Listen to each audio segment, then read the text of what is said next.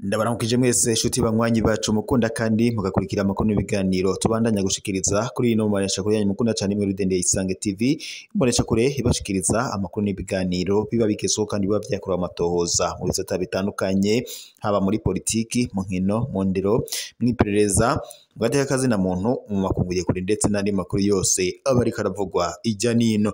Ndabahaye mwaramutse abandi ndabahaye mwiriwe bivanye naho muherereye, iri niteka n'umunezero ntangire byusubira kubana namwe banywanyi bacu mukunda kandi mugakurikira amakuru n'ibiganiro tubandanya akubashikiriza. Ndabakengurukiye rero mwese mudukurikira muri ijya nino hatandukanye kandi ndabahaye kaze mu makuru yacu yo muri iki gitondo, amakuru abazindutse avugwa mu bisata bitandukanye ndetse no mu mihingo itandukanye, akaba rero ari amakuru araza gushimikira ku ngingo nkuru zitandukanye, na cane tuza kurabira hamwe ibijanye na politiki ngaha mu karere k'ibiyaga binini, aho tuza kwibanda ku mutekano hagati y'igihugu kibanyi cy'u Rwanda ndetse n'u Burundi uko bihagaze, tukaza kubashikiriza amakuru uko bimeze. Amezi 18 araheze imbibe zugaye hagati y'igihugu kibanyi cy'u Rwanda ndetse n'u Burundi, nyuma yuko igihugu cy'u Burundi cirongowe na Perezida Evariste Ndayishimiye cagirije igihugu kibanyi cy'u Rwanda ko ngo ocoba gifadikanya n'imigwi itwaje ibigwanisho mu guhungabanya umutekano w'u Burundi. Imije kandi abanyagihugu bo babandanya bagaragaza agashavu bivanye n'iyugarwa ry'imbibe ku mpande zombi. Amakuru rero twabashikirije, hari amakuru twababwiraga ko hari abantu bashika abatanu baba baraguye kumbibe ruhuza u Rwanda n'u Burundi, na cane aho bita Akobero nkuko amakuru abituruka, ariko ngaha akaba ari ku gice cegera muri Tanzania. Ku makuru rero twari twabahaye ku banyagihugu bavuga ko bajabuka mu gihugu kibanyi cy'u Rwanda bagiye kuronderayo ubuzima, hoba hari abashika batanu bahasize ubuzima. Ikaba ari inkuru rero ishavuje ku gihugu cy'u Burundi nyuma yuko umukuru w'igihugu cy'u Burundi Evariste Ndayishimiye afashe ingingo yo kugara imbibi hagati y'igihugu kibanyi cy'u Rwanda ndetse n'u Burundi. Perezida Evariste Ndayishimiye yagiriza u Rwanda ko ngo goba rucumbikiye abasi, na nyuma y'uko umwaka wa 2015 habaga kudeta yari yakorewe wari perezida w'ico gihe umuhisi Petero Nkurunziza. Nyuma rero ngo abagize uruhara muri iyo kudeta bivuga ko baciye bahungira mu gihugu kibanyi cy'u Rwanda. Perezida Evariste Ndayishimiye avuga ko u Rwanda rucumbikiye abasi b'u Burundi, na cane rero abasize bagize uruhara muri kudeta, ndetse akavuga ko mu gihe abo bataratahukanwa ngo perezida w'u Rwanda Paul Kagame ndetse ngo yo bafadikanya n'imigwi itwaje ibigwanisho mu gushaka guhungabanya umutekano w'igihugu cy'u Burundi, nubwo yari ingingo leta y'u Rwanda idahengeshanya guhakana yivuye inyuma, ikavuga ko ataho ihuriye n'imigwi yitwaje ibigwanisho ihungabanya umutekano mu gihugu cy'u Burundi. Mu makuru rero dufise yihute cyane nuko kuva mu Burundi gushika mu Rwanda inzira iruhije ngo kandi itera ingorane, abanyagihugu babandanya bidoga. Kobero kuwa 14 mukakaro uyu mwaka, iyugarwa ry'imbibe hagati y'u Burundi n'u Rwanda rimaze igihe kirekire ririko rirahungabanya umutekano ndetse ubuzima bw'abanyagihugu, ndetse na cane abakeneye kuja kwivuza mu gihugu kibanyi cy'u Rwanda, kubera ko atanzira ya hafi iriho. Bamwe bategerezwa guca muri Tanzania, inzira ndende kandi irimwo ingorane. Hari abahasiga ubuzima abandi bakahasiga ibyizigiro. Kuva hafashwe ingingo n'indongozi z'u Burundi yo kugara imbibe zo hasi mu mazi z'u Burundi ndetse buhana n'u Rwanda, ingendo zose hagati y'ivyo bihugu vyompi zarabujijwe kubera kubura inzira z'abagira neza zica hafi. Abagwayi baremvye cane bategerezwa guca muri Tanzania kugira ngo bizere gushika i Kigali. Inzira yonyene rudende ishoboka ica ku bibe Ikobero, uburaruko bushira ubuseruko mu ntara ya kera ya Muyinga, imbere yo guca mu burere bwishi bwa Tanzania mu gushika mu Rwanda. Iyo nzira kandi iziguye cane irarenza ibirometero hafi 500 ku birometero bidashika 300 bigendwa uciye mu nzira ya hafi, mu gihe imbibe zo ku Ruhwa canke Gasenyi uburaruko zari zikirengana. Urwo rugendo kandi rwongerwa ko amasaha menshi, rimwe na rimwe amasaha arenga 15 mwibarabara, ni ingorane ikomeye ku bagwayi barembye. Intahe twegeranirijwe nyinshi zivuga ko hari benshi bapfa ariko batari bari bupfe. Ikobero ku makuru utwatohoje twahuye n'umugabo ababaye cyane yari atahukanye ikiziga c'umukenyezi wiwe yapfiriye i Kigali mu gihe ngo yari yarungitsweyo kugira ngo ahabwe imiti idasanzwe. Inzira isanzwe ya Ruhwa canke Gasenyi yari kuba ibirometero biri munsi ya 300, ariko uciye muri Tanzania twagize ibirometero birenga 500.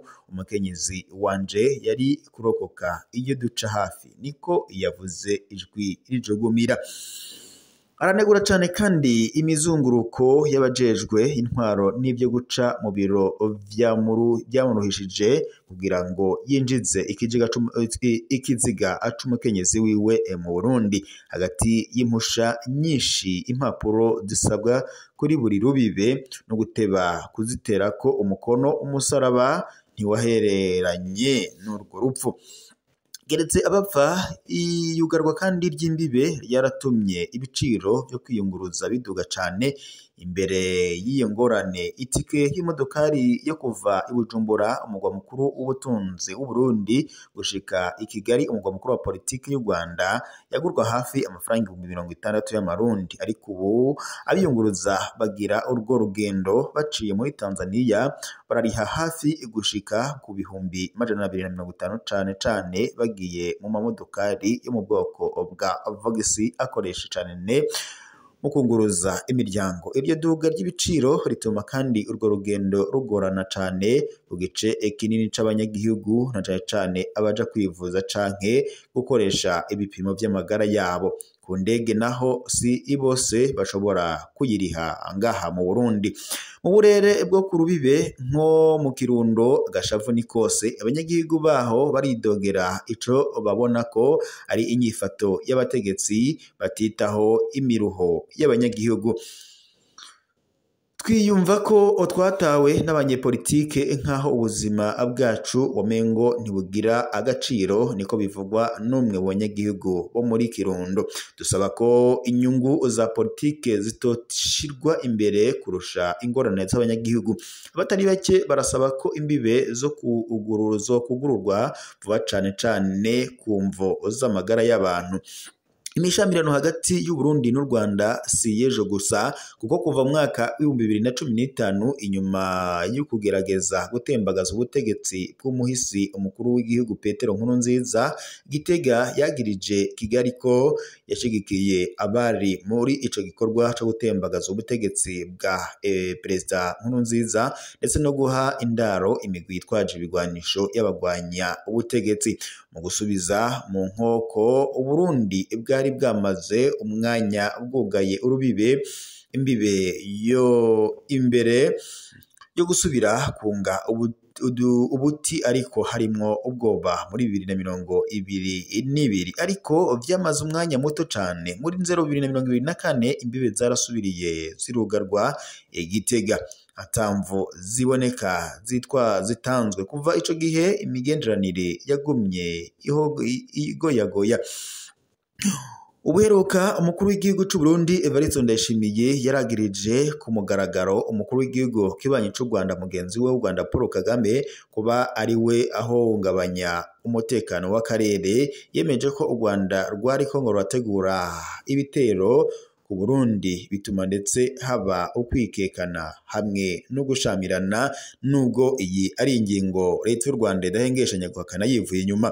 Iyugarwa ry'imbibe ubu rimaze amezi 18 ntirigarukira ku guhungabanya uguhungabana kw'imigenderanire gusa, abagwayi, imiryango yabuze ababo, abadandaza hamwe ndetse n'abanyagihugu basanzwe nibo ingorane zose zigwako. Mu gihe kandi amajambo y'abategetsi avuga ko izo mbibe zugawe ku mvo z'umutekano w'igihugu, ku rubuga ubuzima buranka imiryango yaratandukanye, abarwayi nabo nyene bahevye barapfa batavuwe kubera kubura imiti.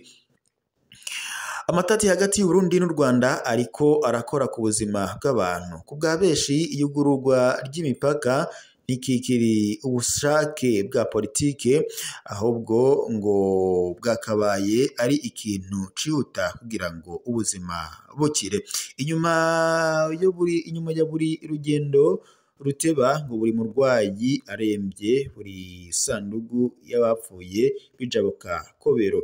Ikibazo ngo ni ikimwe gusa, abanyagihugu bazogwa mu mporero zo kunyinyurana hagati y'abanyapolitike gushika ryari. Ibi rero bikaba ari bimwe mu bibazo abanyagihugu b'u Burundi babandanya bibaza. Reka rero mbashimire mwese mwari kumwe natwe mu makuru twego tubashikiriza muri iki gitondo. Makuru yacu turaza kuyabandaniriza ku makuru araza kubageza ko mubandanye mugira ibihe byiza. Mwese kuviyo ndaswivure partage ndetse na sabone kugira ngo muze muraba mbere kubona amakuru n'ibiganiro tubandanya gushikiriza. Reka tubashimire amakuru yacu kandi tuyasozera ngaha, turaza gusubira amakuru agezweko.